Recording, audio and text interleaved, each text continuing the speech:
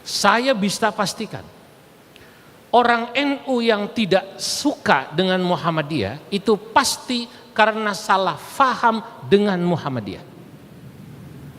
Saya bisa pastikan orang Muhammadiyah yang tidak suka dengan Nahdlatul Ulama itu min akhta lughawiyat karena kesalahfahamannya pada NU. Assalamualaikum warahmatullahi wabarakatuh.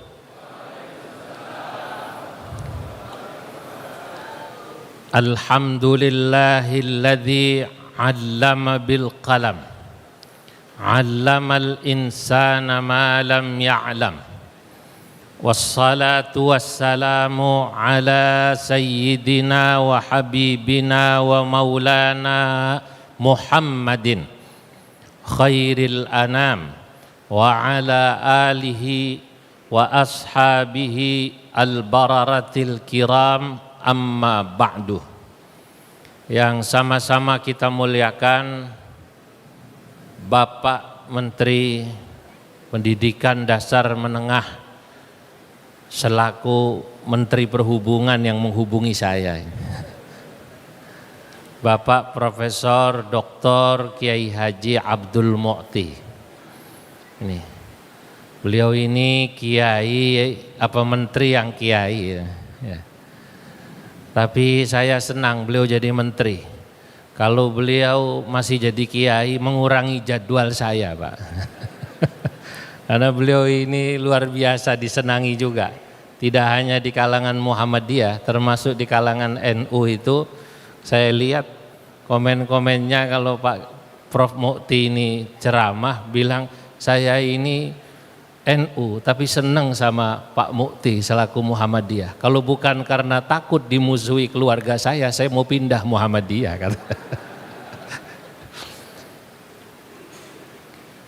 Yang sama-sama kita muliakan Bapak Menteri Kebudayaan, Bapak Dr. Fadlizon, Bapak Dirjen Saintek yang mewakili Bapak Menteri, Bapak Profesor Dr. Najib Burhani. Saya lama tak bertemu saat Muktamar Lampung ya. Bapak-bapak, ibu-ibu, seluruh jamaah Masjid Baitut Thalibin dari 3 kementerian yang insya Allah semoga seluruh jamaah dicatat dalam deretan ahli surganya Allah. Siang hari ini alhamdulillah saya dapat memenuhi undangan Bapak Prof Kiai Mu'ti. Beliau mengundang sebenarnya saat kami berdua beracara di Bekasi, peletakan batu pertama Geraha NU dan Geraha Muhammadiyah, Pak Fadlizon. Jadi ada kantor NU dan kantor Muhammadiyah itu sebelahan itu. Ya, itu saat itu ketua NU sudah minder. Moga-moga katanya kantor NU jadinya tidak lama sesudah Muhammadiyah. Karena biasanya NU itu kalau bangun-bangun agak lama, lebih dulu Muhammadiyah. Saya kemudian membesarkan hati ketua NU Bekasi, kata saya, NU itu adiknya Muhammadiyah. Muhammadiyah itu lahir lebih dulu, 1912, NU 1926, beda 14 tahun. Sebagai adik jangan pernah mendahului kakaknya. Makanya NU tidak pernah mendahului kakaknya, Pak Fadlizon. Termasuk kalau puasa dan lebaran pasti Muhammadiyah dulu.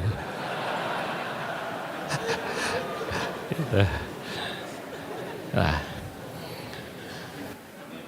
sebagaimana yang disampaikan oleh Pak Menteri, alhamdulillah saya merasa nyaman ya dengan beliau ini. Secara umur beliau senior saya.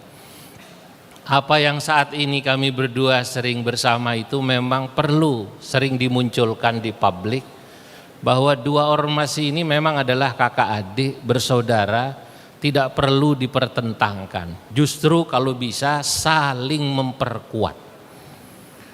Selama ini alhamdulillah NU selalu memperkuat Muhammadiyah. Itu terbukti di beberapa kota kabupaten. Kalau Muhammadiyah membangun kampus dan rumah sakit, NU selalu menyiapkan pasien dan mahasiswanya.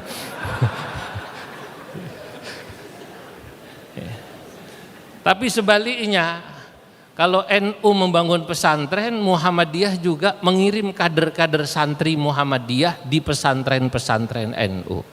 Termasuk saya punya santri dari Muhammadiyah, saya puji, itu belajar sorogan. Kalau dalam tradisi ilmu hadis menggunakan tariqatil qiraah, dia membaca, saya mendengarkan. Ini asli kader Muhammadiyah. Sekarang anggota majelis tarjih di Depok. Aslinya pakai shot, Pak. Asli Muhammadiyah. Ke rumah saya itu setiap Sabtu Minggu 2 tahun, Prof. Saya bilang Masya Allah, Fajri, namanya Fajri. S2-nya di Saudi. Di Saudi, S1-nya di UI. SMA-nya SMA negeri. Hebat sekali ini. Bahasa Arabnya hebat sekali. Nah inilah contoh bagaimana kerukunan kebersamaan NU Muhammadiyah harus kita tunjukkan ke publik. Karena memang pada dasarnya saling melengkapi. Saya mengajar di masjid-masjid Muhammadiyah itu lebih dari 20 tahun, Pak. Ada di Kemayoran itu ada masjid yang tanda tangan peresmiannya Profesor Dr. Amin Rais. Pak Amin. Saya ngajar itu. Saat itu saya diundang 20 tahun lalu oleh pengurus masjid yang rata-rata pengurus PP Muhammadiyah, pengurus PW Muhammadiyah Jakarta. Saya bertanya, loh, tidak salah mengundang saya ini, mengajar di masjid ini? Oh tidak, Kiai. Kita tahu kalau Kiai ini NU. Saya bilang, dari mana Anda tahu saya NU? Kelihatan dari sarungnya, Pak Kiai. Demi Allah, itu namanya Haji Sofyan, sudah wafat, orang Majenang, Cilacap.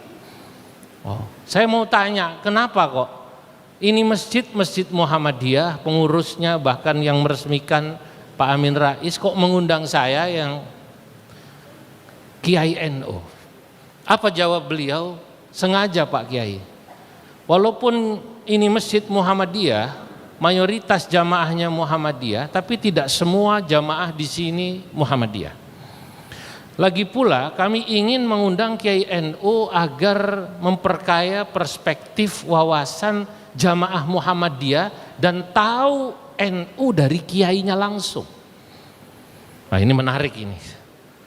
Barangkali nanti kalau ada orang yang hanya dengar NU dari Kiai Muhammadiyah, jangan-jangan NU itu ya disalahfahami. Karena sesungguhnya kemuskilan yang terjadi di muka bumi ini, kata Syamsuddin At-Tabrizi, gurunya Jalaluddin Rumi, seorang penyair terkenal yang menulis buku namanya Qawaidul Ishqil Arba'un, 40 kaidah cinta. Kenapa kita tidak bisa saling mencintai? Kenapa kita tidak bisa saling menyayangi? Kata Syamsuddin At-Tabrizi, gurunya siapa tadi? Jalaluddin Rumi, itu diantaranya min akhta lughawiyat, karena seringnya manusia itu salah faham kepada orang lain. Saya bisa pastikan orang NU yang tidak suka dengan Muhammadiyah itu pasti karena salah faham dengan Muhammadiyah. Saya bisa pastikan orang Muhammadiyah yang tidak suka dengan Nahdlatul Ulama itu min akhta lughawiyat, karena kesalahfahamannya pada NU. Kalau sering kumpul seperti ini, ngopi bareng, kalau bahasa anak mudanya, apa namanya? Kurang ngopi. Memang tadi saya makan siang belum ngopi Pak Menteri tadi. Baru selesai makan belum ngopi langsung diajak kemari ini. Nah, kalau sering ngopi gini indah Pak. Saya bilang pada Gus Ipul, Sekjen PBNU, saya bilang saya diundang Prof Mukti acara Maulid Nabi di kementerian beliau di sini.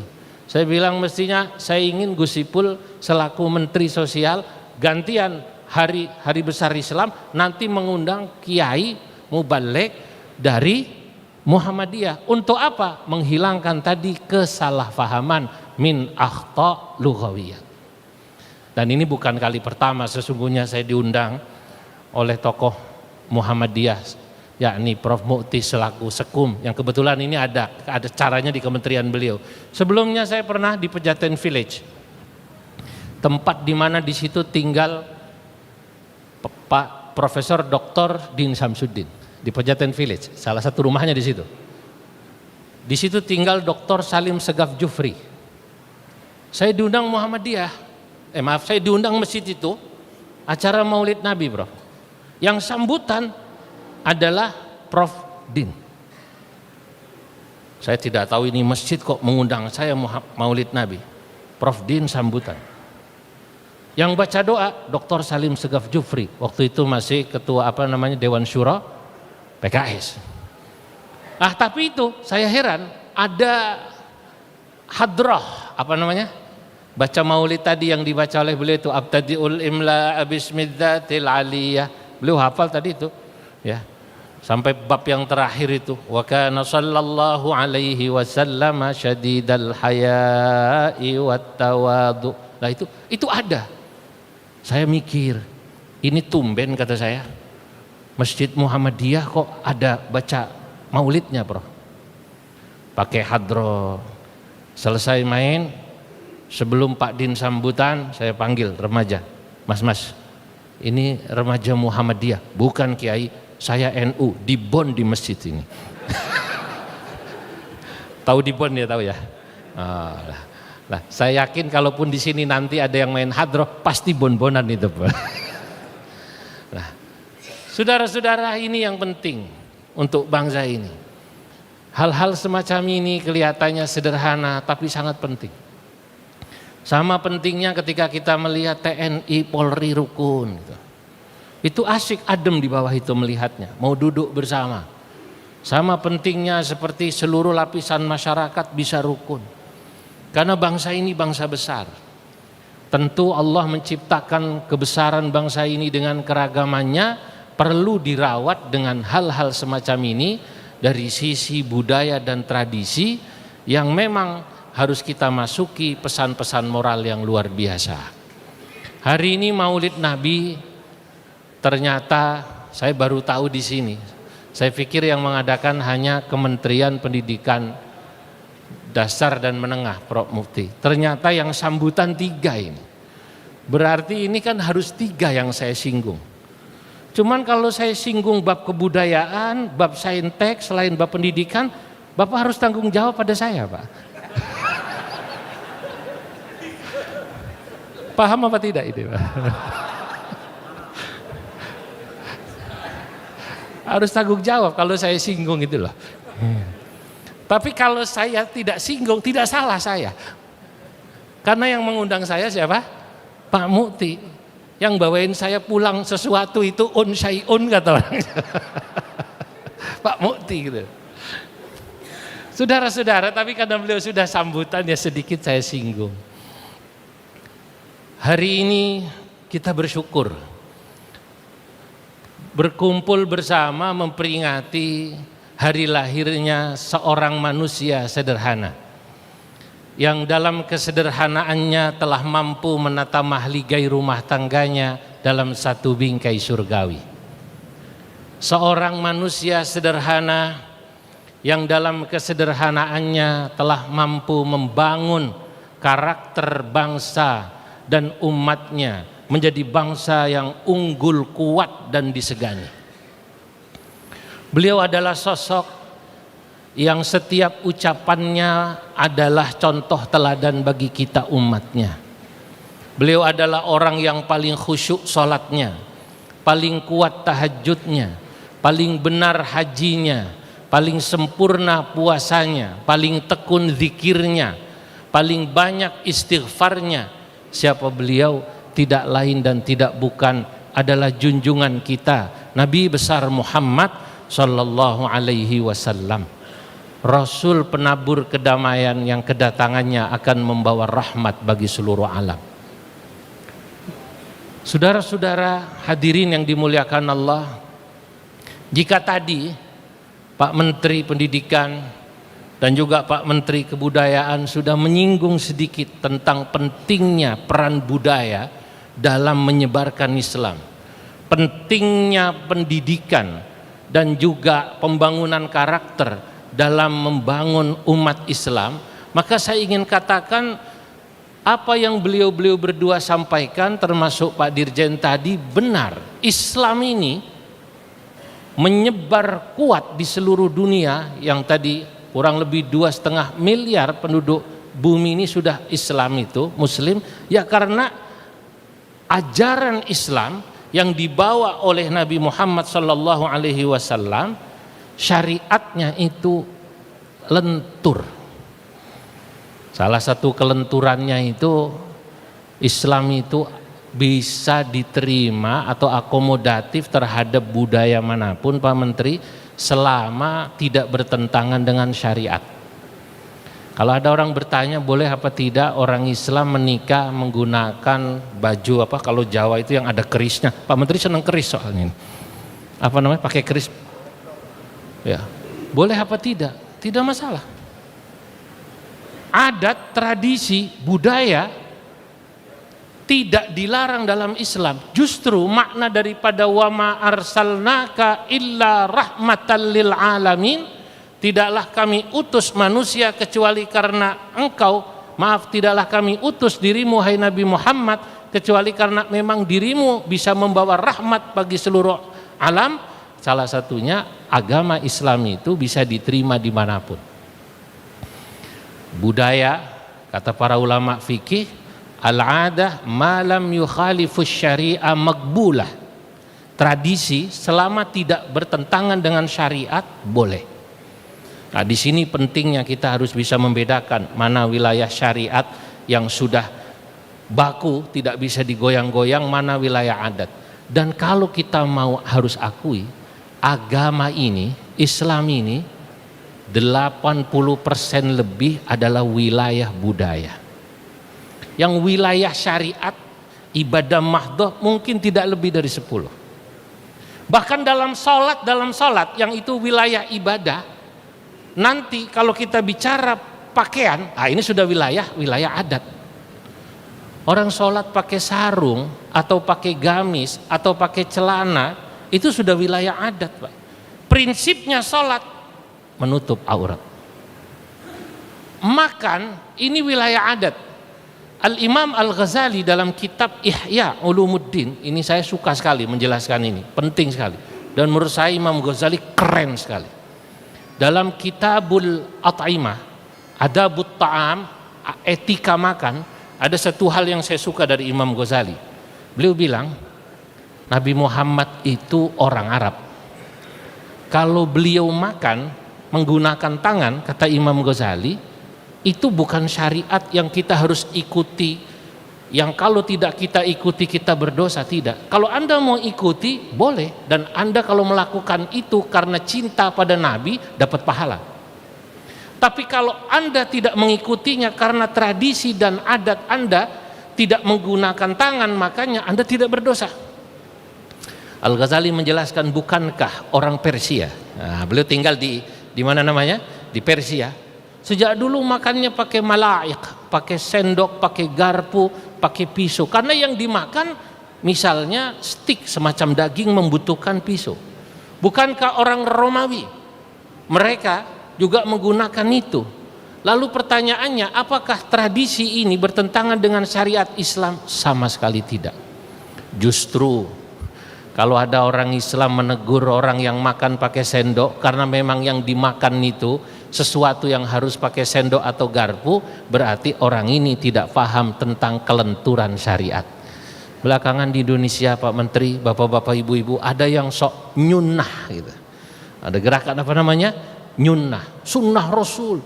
Seakan-akan kalau yang tidak tekstual sama seperti Nabi tidak nyunnah. Akhirnya memaksakan diri makan bakso itu pakai tangan, sunnah Rasul gitu. Lu makan bakso itu lo pakai tangan itu, sunnah Rasul gitu. Masya Allah. Nah, ini contoh ya, kalau orang ini kagum. Nah, makanya ini tentang tradisi, adat, budaya ya, yang berbeda-beda. Tradisi budaya NU dan Muhammadiyah saja menghormati guru, kiai kata saya, atau orang yang lebih tua beda, Pak. Mohon maaf, kalau di NU memang ketemu guru yang lebih tua cium tangan, ketemu orang tua atau guru pasti cium tangan. Mungkin di Muhammadiyah atau di ormas lain tidak. Tapi apakah itu berarti tidak beradab, tidak berakhlak? Ya tidak. Itu masalah tradisi, budaya. Sekarang saya mau tanya, kalau ada bapak-bapak, ibu-ibu punya keponakan, saudara, murid, yang satu salaman cium tangan, yang satunya tidak cium tangan, tapi yang tidak cium tangan ngamplopin, lebih berakhlak mana itu, Pak? Yang tidak cium tangan ngamplopin, Pak Dadang, lebih beradab mana itu katanya. Nah ini contoh. Nah, saya melihat Masya Allah al-luyunah. Luyunah itu diambil dari kata layin, luyunah. Ada ayat yang berbunyi fabima rahmatim minallahi lintalahum walau kunta faddan ghalidhal qalbi lang faddu min hawlik. Fabima rahmatin, manya mazaidah kalau santri, ay fabi rahmatin minallah, justru karena rahmat yang Allah titipkan pada dirimu. Nabi Muhammad itu punya sifat rahmah, sifat kasih sayang. Kalau kita menyayangi orang, itu maknanya Allah menitipkan sifat itu pada kita. Nabi Muhammad itu memiliki sifat rahmah kepada makhluk. Karena sifat rahmahmu hai Nabi Muhammad, sifat kasih sayangmu, ya maaf, karena sifat kasih sayang Allah berikan padamu, linta lahum, kau bisa bersikap luyunah, lembut, lentur pada mereka. Kelenturan Nabi Muhammad inilah yang membuat umat menjadi suka. Sebab kata Allah, walau kunta faddan ghalidhal qalbi lang faddu min haulik. Kalau kau kaku, kasar, mereka pergi darimu. Nah, kelenturan Islam ini yang membuat Islam diterima. Dia tidak kaku pada budaya. Saya sering ceramah di mana-mana. Kata saya, sama-sama sholawat Pak, sholawatan. Ini kalau beliau kan by data, kalau saya by pengalaman, experience. Saya keliling Pak Fadli. Saya ini alhamdulillah keliling bukan hanya Indonesia, keliling dunia saya amati. Acara Maulid Nabi di seluruh dunia saya perhatikan. Saya pernah Maulid Nabi di Australia, Prof. Diundang Syekh Salim di Sydney. Itu di Sydney Syekh Salim dan komunitas Islam di sana bikin Maulid. Saya dengarkan sholawat itu orang Cina, Muslim Cina maksud saya, Muslim dari Jepang, Muslim dari India, Muslim dari mana-mana. Salawatan itu dari salawatnya terlihat di situ unsur budaya negerinya. Nah, kalau di Indonesia saya sering dengar salawatan sesuai dengan daerah. Kalau di Madura, orang Madura itu kalau salawat lagunya fanatik lagu Madura. Lagunya Imam S. Arifin itu loh. Itu kan orang Madura itu. Lagu dangdut itu. Jandaku. Saya baru tahu itu, saya dengarkan ini lagu apa kata saya. Rupanya ini lagu Madura, Kiai. Oh. Ya Habibi ya Muhammad ya arusal khafiqaini ya muayyad ya mumajjad ya imamal. Anak yang ada, nggak tahu ya lagu dangdut ini Pak, hanya orang Madura ya.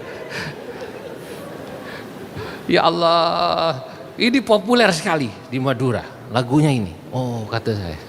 Nanti kalau Anda ke Sumbar, itu selawat itu yang ikuti lagu Ayam Delape. Ya Nabi salam alaika. Ya Rasul salam alaika, ya Habib salam alaika, salawatullah. Ayam delape. Ini kampungnya Pak Fadli. Makanya harus tanggung jawab saya pulang ini bilang. Iya. Nanti kalau Anda ke Melayu, itu saya pernah diundang Maulid Nabi di daerah Melayu, baik Melayu yang ada di Indonesia maupun Melayu di Malaysia. Pernah mengundang saya timbalan Menteri Pengangkutan. Pengangkutan itu Menteri Perhubungan, transportasi kalau di sana. Namanya Dato Abdul Aziz. Saya diundang timbalan Menteri Pengangkutan Dato Abdul Aziz. Orang sana itu kalau maulid, selawat, lagu Melayu, lagu cinta itulah. Ya Rasulullah, salamun alaik, ya Rafi'asya, atfatayaji, ratal alami, ya uhailal judi wal karami. Nah, ini bisa selawat dipakai lagu sana itu. Kata saya, bagaimana hukumnya? Tak masalah, itu kan cuma lagu. Supaya Islam bisa diterima oleh orang Melayu, pakailah selawat lagu Melayu. Loh, bahkan ketika saya ke Cina Pak, ya, baru sebulan setengah saya pulang dari Xinjiang, Uighur, bertemu sama komunitas Muslim, termasuk ketua otoritas Muslim Uighur. Sebelumnya saya ke Lanzhou, ke Ningxia. Ya, kalau di Bogor ada juga Malingxia. Kalau di sana Lingxia di Bogor. Ini orang Sukabumi nih, muadzin kita. Saya bilang, saya kaget itu. Begitu sholat Jumat di Masjid Lingxia, yang sholat hampir 100.000. Adzannya itu unik. Sebelah saya kiai sudah meninggal, nangis mendengar adzannya. Hayya 'alas salah, hayya 'alas salah, hayya 'alal falah, hayya 'alal falah. Allahu akbar, Allahu akbar, la ilaha illallah. Saya diam, senyum, mau ketawa takut kualat saya. Kok unik saya, kata saya. Adzan kok bisa langgam Cina. Saya langsung batin, Pak Menteri. Ini orang sini kalau baca sholawat pasti lagunya lagu Wong Fei Hung. Lagu Jet Li, kata saya ini. Begitu asyraqal, ya Nabi salam alaik, plung plung plung. Ya Rasul salam alaik, plung plung plung. Lah, ini namanya Islam dan kebudayaan, Pak, gitu. Allahu Akbar. Ini belum seberapa. Begitu saya ke Pakistan, ke Afghanistan, lagunya lain lagi. Ya agak mirip-mirip kucu-kucu hotahela gitu. Ya Rasulullah, salamun alaik, ya Rafi'asya, hatfatayaji, ya uhailal judi wal karami. Masya Allah. Nah, tapi karena kelenturan Islam, al-luyunah dalam hal akomodatif terhadap budaya, disitulah Islam bisa diterima, makbulun indan nas. Karena memang inti agama itu, kata Imam Ibnul Qayyim Al-Jauziyah, ini baru agak berat ini, agak berat. Penulis kitab I'lamul Muwaqqi'in Ar-Rabbil Alamin. Nah, ini sudah usul fikih. Kalau Anda mau tahu apa inti Islam, Imam Ibnul Qayyim Al-Jauziyah, muridnya Imam Ibnu Taimiyah. Saya ini orang NU, tapi pendapat Imam Ibnu Taimiyah, Ibnul Qayyim saya hafal. Saya pernah diprotes, Prof. Lu kiai kok itu kan muridnya Imam Ibnu Taimiyah yang menulis kaidah jalilah fit tawassul wal wasilah, yang kalau sama NU sering menyerang. Loh, kata saya, kenapa? Guru saya Ki Sal Mahfud memerintahkan saya baca semua buku. Baca semua buku. Masya Allah. Termasuk buku itu, termasuk. Kata Ki Sahal ketika ditanya apakah boleh kami membaca buku-bukunya Imam Ibnu Taimiyah, buku-bukunya orang Syiah dan lain sebagainya, beliau katakan khudh ma safa wa da' ma kadar. Ambil yang jernih, tinggalkan yang tidak jernih. Masya Allah. Lah, ini ungkapan terkenal. Kalau Anda mau tahu inti syariat Islam, ajaran yang dibawa Nabi itu apa? Kata Imam Ibnu Taimiyah, asy-syari'atu adlun kulluha. Syariat itu intinya pasti menjelaskan tentang keadilan Tuhan. Rahmatun kulluha. Syariat Islam itu pasti menjelaskan tentang rahmat kasih sayang Tuhan. Masalih kulluha. Syariat Islam ini pasti menjelaskan tentang kemaslahatan yang Allah tunjukkan untuk umat manusia. Hikamun kulluha. Syariat Islam ini pasti semuanya berisi tentang hikmah dan wisdom buat manusia. Fakullu ma kharaja. Oleh karenanya, kata Imam Ibnul Qayyim Al-Jauziyah, setiap ada orang yang menjelaskan syariat Islam, tapi agama Islam menjelaskan Islam, katakan begitu, tapi kok kharaja minal adli ilal jur, kok Islam yang dia jelaskan jauh dari keadilan, malah isinya kezaliman. Wa minar rahmati ila diddiha, jauh daripada kasih sayang rahmat Tuhan, falaisa minasyariah, pasti itu bukan ajaran Islam. Kalau ada orang mengajarkan kita memusuhi, membenci orang yang berbeda, beda agama, beda suku, apalagi cuma beda organisasi, ya, berarti dia tidak sedang menjelaskan tentang Islam. Masya Allah. Dan ini yang bisa menjelaskan dengan baik adalah orang-orang yang terlibat dalam proses pendidikan at-ta'lim wa tarbiyah yang ada di kementeriannya Bapak Profesor Kiai Haji Abdul Mu'ti. Para guru ini penting, yang jumlahnya Masya Allah di Indonesia berapa Pak? Saya nggak hafal angkanya. 3 juta sekian. Bayangkan kalau anak-anak kita ini sejak kecil, sejak dini diajarkan tentang nilai-nilai Islam yang paling utama. Agamamu itu menjelaskan tentang keadilan, agama Islam. Agamamu itu menjelaskan tentang rahmah kasih sayang. Agama Islam itu menjelaskan tentang hikmah, wisdom. Agama Islam menjelaskan tentang kemaslahatan, maka luar biasa. Hanya sayangnya memang banyak di antara kita sulit menemukan seorang yang muallim pada satu sisi, tapi juga murabbi pada sisi yang sama. Karena para ahli bahasa Arab itu membedakan antara taklim dengan tarbiyah katanya. Kalau taklim itu hanya sekedar mengajar, bahasa Arabnya naqlul ma'lumat wal maharah. Dia hanya transfer knowledge, transfer informasi, pengetahuan, dan ya transfer kompetensi. Murid hanya cuma dikasih pengetahuan. Tapi at-tarbiyah, tarbiyah itu ausa'u nitaq, lebih luas daripada sekedar transfer knowledge, lebih luas daripada sekedar transfer kompetensi.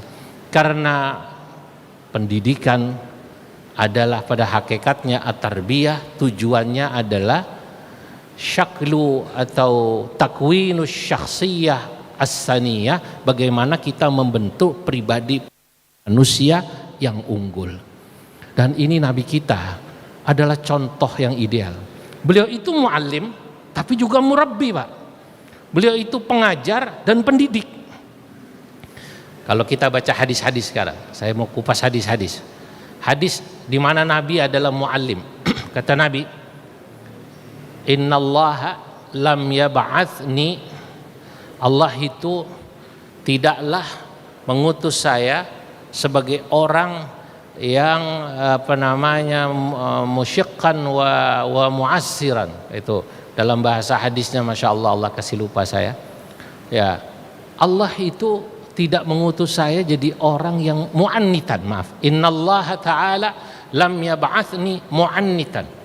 Allah Subhanahu wa taala tidak mengutus saya sebagai orang yang mempersulit. Tidak mempersulit. Dalam hadis Muslim kalau tidak salah, atau Bukhari, ya. Antara dua lah, kalau nggak Bukhari, Muslim. Ya. Ya, Kiai NU itu emang nggak suka ngapalin nomor hadis, bro. Kemarin saya bareng Ustadz Ade Hidayat, bareng ngisi di Polri. Beliau kan hafal betul nomor hadis itu. Mau ini luar biasa, hafal katanya. Saya bilang waktu saya bicara, di tradisi NU tidak menghafal nomor hadis. Saya jujur, nomor hadisnya nggak hafal. Jangankan nomor hadis, saya nomor istri aja nggak hafal, Pak. Ya karena banyak. Nomornya bukan istrinya yang banyak, bukan. Hadis itu kan intinya itu apa? Kata Nabi, innallaha lam yab'athni mu'annitan. Allah itu tidak mengutus saya sebagai orang yang mempersulit. Wa innama ba'athani mu'alliman wa muyassiran. Ini penting, ini penting. Tapi Allah mengutus saya sebagai muallim, seorang yang mengajar, wa muyassiran, dan mempermudah. Jadi seorang pengajar, muallim, itu filosofinya kalau menggunakan hadis ini, dia harus mempermudah. Bagaimana sesuatu yang sulit mudah dipahami. Itu baru muallim. Tapi Nabi tak cukup sebagai muallim. Hadis-hadis yang menceritakan bahwa Nabi mengajar sahabatnya di masjid sangat banyak. Yang menarik, Nabi adalah pendidik yang mendidik, membangun karakter umatnya, bangsanya di Madinah. Kita bisa bayangkan, orang Madinah itu dulu senangnya ribut, tawuran. Kalau sudah bermusuhan, dendamnya 7 turunan. Antara suku Aus dan Khazraj ribut tak berhenti-berhenti. Nabi datang, dibangun karakter persaudaraan antara penduduk yang ada di Madinah. Islamuhum, baik yang Islam maupun yang non muslim. Bahkan yang Islam dipersaudarakan antara Ansor dan Muhajirin. Lah ini butuh seorang pendidik. Apa bedanya pendidik dengan pengajar? At-ta'lim wa tarbiyah. Pendidik dibutuhkan seseorang yang memberi contoh, yang dikatakan dalam ayat yang tadi sudah dikutip oleh Pak Menteri, laqad kana lakum fi rasulillahi uswatun hasanah. Bagaimana sahabatnya mau tidak tawadhu, nabinya tawadhu, Pak. Sahabatnya mau gagah gitu, sombong, malu. Yang semula kebanggaan kesukuan pemimpin itu dulu kan begitu. Nabi itu ajudan saja tidak punya, Pak. Dalam hadis sahih, seorang wanita yang sedang ada di kuburan menangis. Nabi melewati marra bi imra'atin tabki fi qabrin. Ketika Nabi lewat, Nabi bilang, "Bu, isbiri, sabar ya Bu, sabar ya Bu." Ibu itu nyolot, kata orang sini nyolot, nyaut dia. Diam Pak, innaka lam tusab bimusibati. Anda tak merasakan seperti yang saya rasakan. Nabi tidak marah. Nabi jalan, tak lama ibu itu diberitahu, "Bu, ibu tahu nggak siapa tadi yang menasihati ibu?" "Siapa itu?" "Rasulullah sallallahu alaihi wasallam." Nangis dia. Lalu datang ke rumah Nabi. Falamma ata an-nabiyya sallallahu alaihi wasallam falam tajid bawabin. Dia begitu sampai di rumah Nabi bingung, nggak ada ajudannya, Pak. Nggak punya ajudan sama sekali Nabi itu. Ya Allah, nggak punya aspri sama sekali. Ya tidak juga kemudian sekarang sebagai menteri Bapak memberhentikan ajudan, tidak. Ini ya, zaman sudah beda, Ya, zaman sudah beda. Tapi paling tidak walaupun punya ajudan, HP dipegang sendirilah minimal gitu. Ada orang yang HP saja tidak, atau apa saja, semua pintu aja minta dibukain.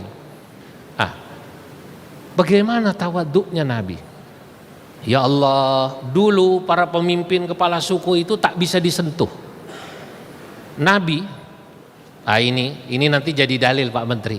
Kalau bapak-bapak turun diajak salaman, terimalah salamannya. Walaupun lain jenis. Ini ada hadisnya, bab tawaduk di kitab Riyadhus Shalihin.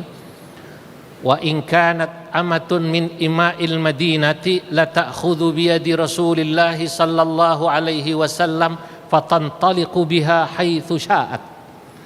Sungguh ibu-ibu, emak-emak di Madinah kalau ketemu Nabi, tangan Nabi ditarik, disajak salaman. Ya Rasulullah, kalau zaman sekarang selfie ya Rasulullah, foto ya Rasulullah. Saya tahu ini, menteri ini susah nolak begini nih Pak. Diajak ke sana, Nabi mengiyakan saja. Kata para ulama, itulah tawaduknya Nabi. Ya. Tapi ini jangan dijadikan dalil kalau yang ngajak foto salaman masih muda, Prof Burhan. Kalau yang masih muda harus hati-hatilah gitu ya. Karena dalam hadis ini soalnya yang disebut emak-emak, ima'un min ima'il Madinah. Nah, itulah Nabi. Ketawaduan Nabi, keikhlasan Nabi, kesabaran Nabi, kebersahajaan Nabi, kesederhanaan Nabi langsung dilihat. Makanya waktu itu sahabat disebut kuntum khaira ummah. Kenapa khaira ummah sahabat? Contohnya langsung Nabi. Beliaulah yang membangun karakter sahabat dan penduduk Madinah. Hari ini problem bangsa ini, dan saya pikir problem seluruh bangsa di dunia, adalah beratnya membangun karakter bangsa. Saya tadi sudah di-spill ya, disinggung oleh Prof Mukti. Mestinya yang kemarin sekitar hampir 20 hari lalu tak perlu terjadi. Kerusuhan, penjarahan tak perlu terjadi Pak. Ya masa kemudian kebijakan di DPR harus berubah, harus karena itu dulu. Yang di atas juga mestinya nggak perlu sampai bakar-bakaran lah mestinya. Sedih saya. Karena kalau saya keliling ikut forum-forum, saya beberapa kali ikut forum di OKI ya. Kalau mereka bertemu kami ini, saya dari NU biasanya bareng dengan Mas Imam Daruqutni. Ketika mereka bertemu saya, Indonesia, Masya Allah Indonesia min arqas syu'ub al-islamiyah fil alam. Dalam bahasa Arab begitu. Kalau diterjemahkan, ya Allah orang Indonesia itu orang Islam paling lembut di dunia ini ya orang Indonesia. Orang Islam yang paling beradab di Indonesia, di dunia orang Indonesia. Orang Indonesia itu Masya Allah kalau di Mekah tidak pernah ribut, kakinya keinjak aja nggak pernah marah Pak. Malah minta maaf sama yang injak. Pak, maaf kaki saya keinjak. Di toilet orang digedor-gedor gitu. Biasanya orang Arab agak gak sabaran, ada orang di toilet, surah haji, surah. Nggak marah dia. Soft, rebutan nggak marah. Mau marah nggak ngerti bahasa Arabnya Pak Dadang. Orang keluar dari masjid ditawarin kudungan, ditawarin sorban, peci, haji Siti Rahmah, khamsa real. Dilihat tangannya, 5. Mau nawar 2 real, dia nggak ngerti bahasa Arabnya. Untung dia ingat salat subuh, rakaataini. Maksudnya riala ini jadi rakaataini. Untung yang dagang paham. Dia nawar pakai subuh, dikasih maghrib. La, 3 rakaat fardalillahi ta'ala, Allahu Akbar. Jadi kita ini dikenal lembut akhlaknya, baik akhlaknya. Lah kok tiba-tiba kemarin itu di seluruh pemberitaan lihat orang Indonesia bakar-bakaran. Ya Allah.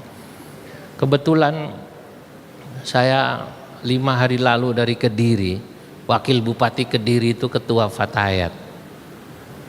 Ya setelah pengajian maulid dia mendatangi saya dengan ansor. Pak Kiai Masya Allah sedih, gedung DPR, gedung pemerintah dibakar. Habis OPD itu, 18 OPD. AC-AC-nya itu dibawa Pak. Semua museum dijarah. Berapa potensi kerugiannya Mbak, kata saya. Kediri ini 500 miliar. Kediri. Belum Gerahadi, belum yang lain. Yang sedih ini kan, Anak-anak kita Pak Menteri, yang saya yakin ini paling SMA ini rata-rata. Itu rata-rata ternyata ini ya, wilayah tugasnya Dikdasmen, karena rata-rata anak-anak SMA, SMK, itu yang